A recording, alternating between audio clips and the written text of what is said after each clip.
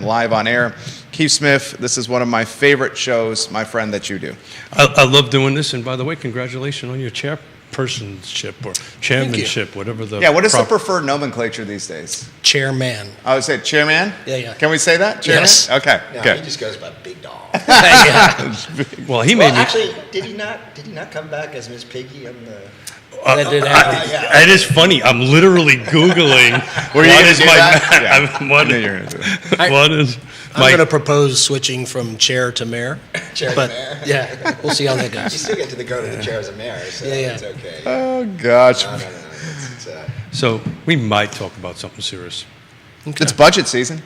Talk about that, right? You shared something pretty interesting at the commission meeting yesterday about the budget that they submitted was the same as last year. It's a flat budget right now. Yeah, So, Who that's, did? that's good news. county, The Yeah, I mean that's a good administrator's budget. start Yeah, from good a start. guy who pays taxes. That's a good starting Yeah. point. Someone could let the jurisdiction relatively close to your Charlottesville know how physically conservative you're running Fluvanna County. That would be great. Maybe it'll spill over to Well, that's just the the starting. jurisdiction that's that just I'm the starting hemorrhaging point, money right? to. No, Okay. well, I mean, we had a little bit of debt come off, so that's about 2 pennies on the dollar there, which I think helps to stabilize. This is even without any kind of reassessment or equalization happening, so that's a nice start. I don't think in the 10 years that I've been there, we've seen a flat start right off the bat. I need to move to We did Fluvanna. 2 years ago, didn't we? But that had reassessment in it. So we probably ought to do this on the show. We should do this on the show. We should do I'm it. just Oh, saying. I thought we were on. No, we're just kind of tapping people on the shoulder. We're about to I start. got the Miss Piggy dig in. I'm Save that dig. I'm Save that working on dig. it. Please I save think. it. I I think. can't even remember what I came back as. Yeah. Viewers, we're This going to have is a some family fun. show, so we don't want to go that way. Gonzo, that's it. TV station down the road watching us right now. Carly Wagner watching the program. Woody Fincham, one of Fluvanna County's finest, watching the program. Andre Xavier, the travel entrepreneur, welcome to the show. The newspaper watching the program. Seth Liskey, the real estate investor in Stanton, watching the program. Neil Williamson watching the program. Jesse Rutherford Hey, Jesse. watching the Good program. to see you last night. We love you, Jesse Rutherford. Ray Cadell, the horn player, welcome to the show. Judah Whitcower, let's rock and roll, my friend. How's my hair? That's mine. Always good, Tony. Thanks. So the director said, just so that you guys know.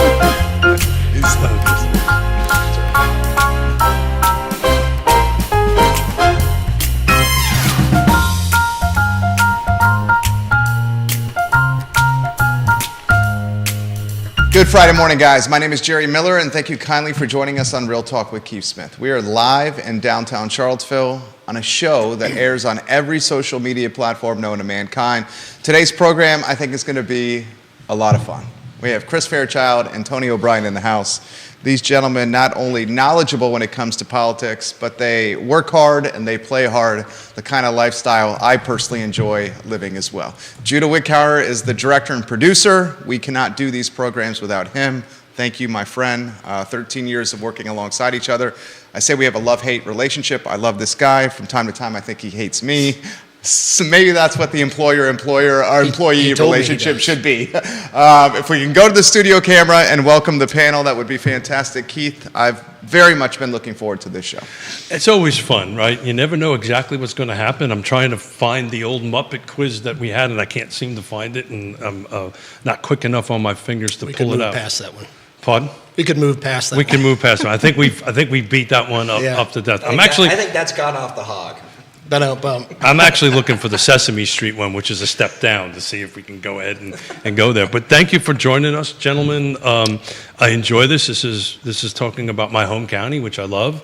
And you are a chairperson, right, or chairman, or chairman, whatever we want to call it. So congratulations on that. Are you the vice now? No. Who's the vice? Mr. Sheridan. Mr. Sheridan. He was like the chairperson forever. I think 7 years, something like I that. think it was a little less. I feel like it was 5. But that's okay. That's okay. Whatever it is, and Yeah. you know the chairs are. We've been very fortunate to have great chairs, so I'm sure Mr. Fairchild will follow in the same footsteps. So we're That's as nice as I'm going to be today, Chris. And I'm okay with that. That's all right. yeah. Give us about 15 minutes, and then Yeah, all rules There we we'll go. go. I've got to Okay. talk into the microphone, There we go. Tony. If people Probably want to see hear it a that little higher. velvet, I know, sexy it's very voice. baritone. I like Sexy voice. You it. Very have a Manilow over here. You have a voice for radio. I think he didn't get much sleep last night. I don't have any. So, musical Mr. ability. Chairman, what's going on in Fluvanna County? Let's kick it off that way. Give us some good news. What's going on there, and then we can kick it off from there. Well, the good news is in some ways not a lot, meaning there's no real hard pressing issues. That's great news. Yeah, Boring government in the background is great news. amen, brother. Yeah. I would say, other than it being budget season, and it's not directly even in Fluvanna, probably the most pressing item is that there have been 3 bills in the legislature, 2 of them, 2 Senate bills and 1 House bill, that has threatened to, and the House bill got approved yesterday, I think it was. Out of the yesterday Senate morning. committee. Went out Yeah. of committee. Yeah. Went out of I committee. think it's going to the floor To- today. Okay. I thought it was going to be next week per day. I think it's next week, yeah. All right. Yeah. To take the rights of localities away to decide what solar they want and place it in the hands of the SCC. And so, So they would override your zoning ordinances? That was one of the bills. That was just one of the bills. all 3 in some version do that. No, the SEC bill basically said that, the SEC can go ahead and take away whatever plans or zoning that you've put in place and do that. The 697 bill basically said that you can't create impediments. It still requires a special use permit in order to do that. So what they're basically saying was, So they defined they impediment? defined it, said, you can't create unreasonable impediments in order to make that happen. So let me get this straight. The legislature is giving language that's vague and nobody understands. Well, the reality is it's going to come down to their decisions. So VACO, Virginia Association of Counties, is against all 3, and the report on the one that Tony's mentioning says the legislation effectively requires localities to permit any application regardless of the cumulative impact of such facilities, so long as the requirements of local ordinances with reasonable criteria are met. It is anticipated that SB 697 will be heard in the Senate Bill Government Committee on Monday, blah, blah, blah. Key points, VACO and VML supporting, the state should not require facilities to permit these, should not require localities to permit these facilities regardless of the total amount, density, or size of such projects. So to me, it's saying that the state shouldn't, that's VACO, every county in the state of Virginia other than one, saying that the state should not be taking liberty to affect what we can do in our own municipalities. If you actually pull up the proposed bill, it's an amendment to an existing ordinance, and they basically took out or added in a section, the current sections basically say if you're putting solar on your own property for your own use, then, these are the requirements that are involved. This particular entry, line G, I think, basically says if you're putting in solar for your own use, for the use of others at that point in time, then you can't create these unreasonable impediments, which, to be clear, some counties, because there's been a backlash of solar, have taken the position of saying, well, we're going to create artificial, or I don't want to call them artificial, we're going to create greater hurdles in order to get to this point. So some counties have said, well, you can only do this via industrial zoning. So you'd have to go through the industrial zoning process, which is problematic in itself because eventually after they've gone through that land is zoned industrial, which means it could be used for other purposes, which might not be what you want. Likewise, if you wanted to limit the amount of acreage that you could put it in, so you say, oh, well, we can only put solar into about 3% of the county, as an example. So they're citing these kinds of impediments as a reason why the state would step in. And the background to all of this, which also at VACO I discovered, was that Virginia is probably the world's capital of data centers. Loudoun should talk County. You about said that. the world's capital? Yeah, probably the world's capital of Wow. data centers. I did Most not people know did that. not know that. Loudoun County I did not know that. has, I think, 137 data centers. the price of an acre of land because of all these data centers went up to $1 million an acre of land, basically. Now, the reason that happened was back in the day, way back in the day, remember AOL? Yeah. Okay. Loudoun County was sort of asked a question, well, you know, is a data center, and everybody was like, well, what's a data center? 'Cause Sure. nobody knew what a data center was. Still to this day, I don't think people know. Yeah, still to this Yeah. day. Well, People you know, drive. There's you use one it on- all day long, right? There's one on 29 North, right up over by the Moo Through, which is Right. the ice cream place. If you drive past it, you think it's a prison. Yeah, it's just a big square building. You A might lot hear of hum, high-tension and you see wire. some high tension wires off of it. But anyhow, they passed in their ordinance basically that you could put it in general commercial zoning.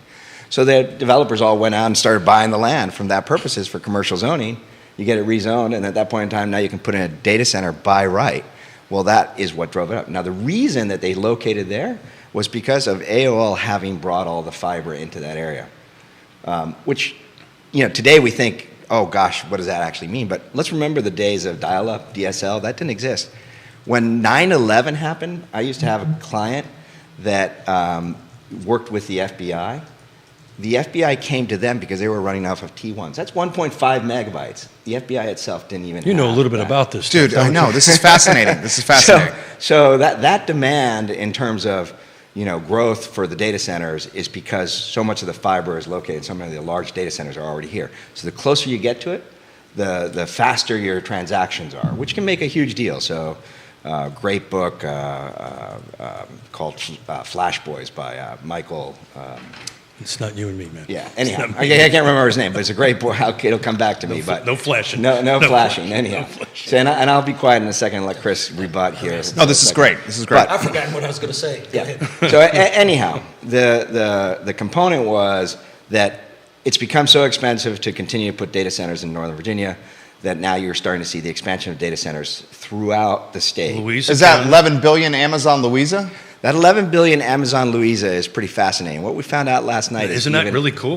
Go even ahead. a little bit more fascinating. Well, just that 11 billion, to put it in perspective, is I think $25 million of projected revenue for the county of Louisa. That probably Per what? Per year? per year. Wow. Yeah, that probably translates to, I guess, somewhere in the neighborhood of 12 cents on the dollar in your property rate. You know, That's significant. it's huge. Yeah. But get ready for this. The last night at the TJPDC, the new commissioner, Mr. Manning, He was a board of supervisor. I'm sorry, but also commissioner on, Yeah, correct. on the TJPDC, but also the new board Got it. supervisor, mentioned that, you know, the data center plan is they're going to put 7 of them up near Cuckoos in Minerals. In Minerals. In Mineral. Right? So 7 are going in there, and they're putting in 2 substations, right?